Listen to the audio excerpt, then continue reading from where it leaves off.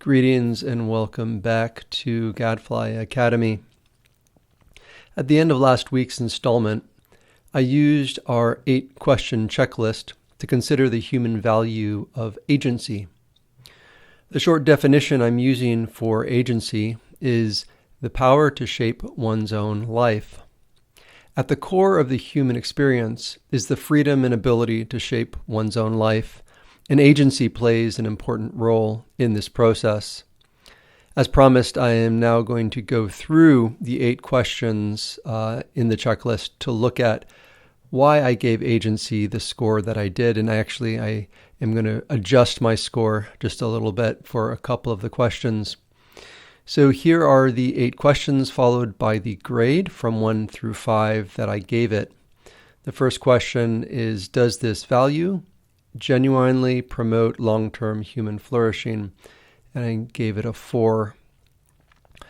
So certainly, long-term human flourishing requires humans to have the capacity and freedom to make their own decisions and, to the extent possible, to act on them.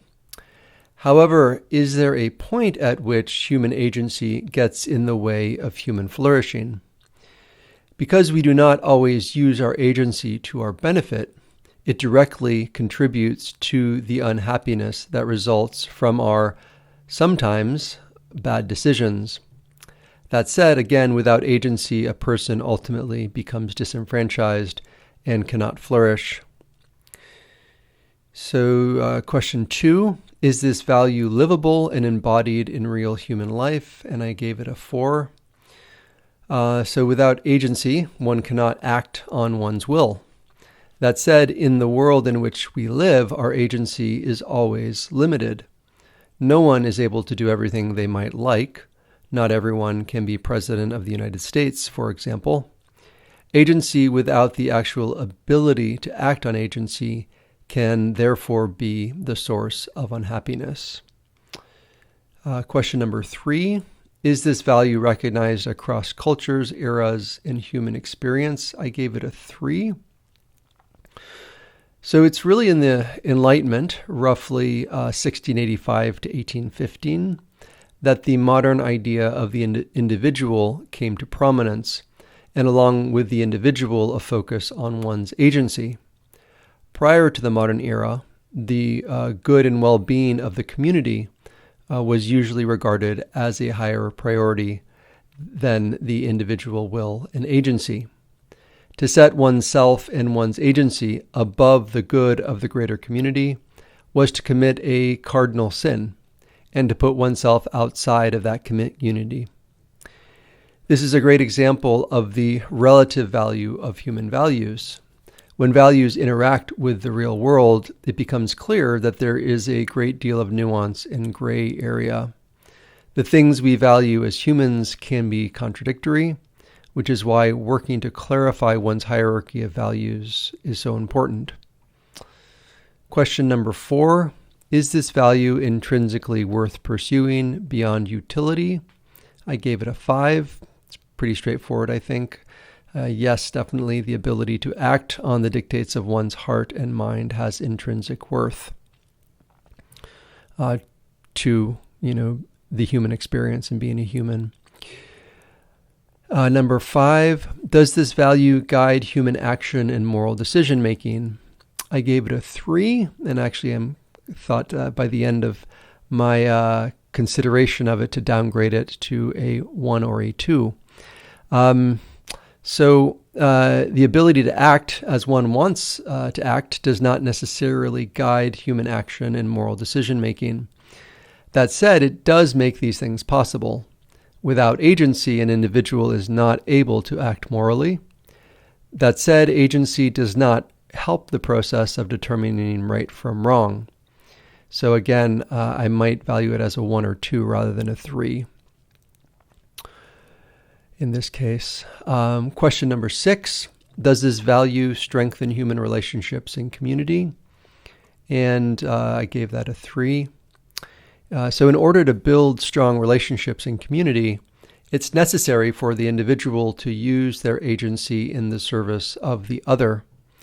All communities have written and unwritten rules that offer individuals guidance as to how to act. And when the individual chooses to act contrary to these rules, there can be a coercive reaction to this breach of rules. That said, if a society and human relationships are to be healthy, ultimately adherence cannot be forcibly coerced. When it comes to relationships in community, agency can be a double-edged sword. Question number 7.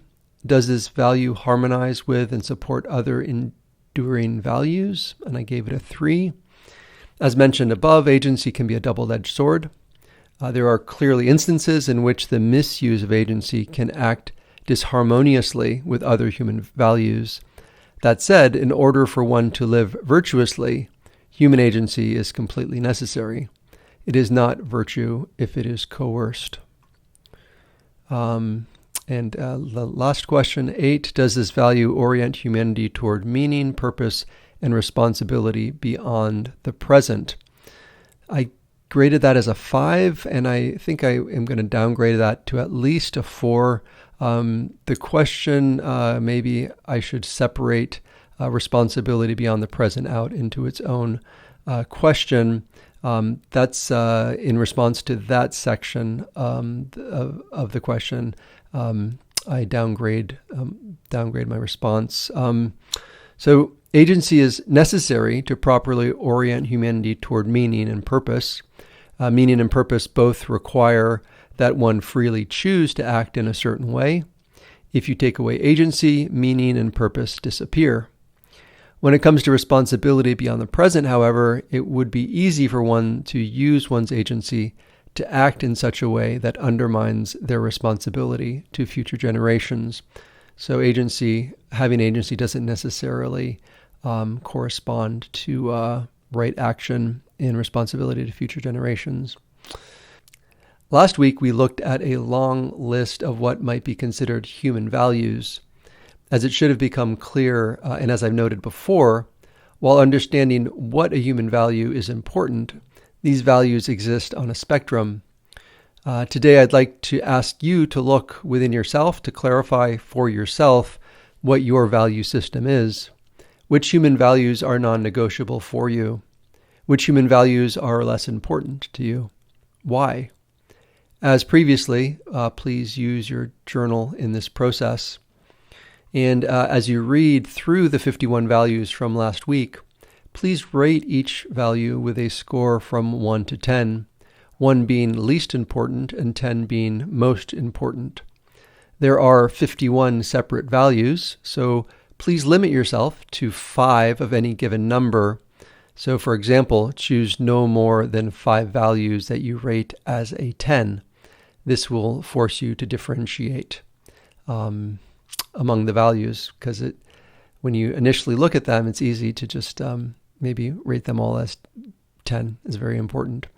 But do try to differentiate them so you have some sense of a hierarchy, what you can consider to be the most core to your being.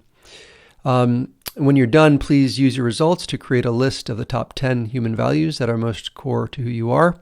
And we will use this value system later on when we discuss technocratic values. So that is it for today. Before closing, however, I did want to ask you, how do you feel about the reasoning behind my scoring of agency as a human value? What do you think I missed in my evaluation? Please comment below. That is it again for this week. Have a great weekend, and we will see you again soon. Take care.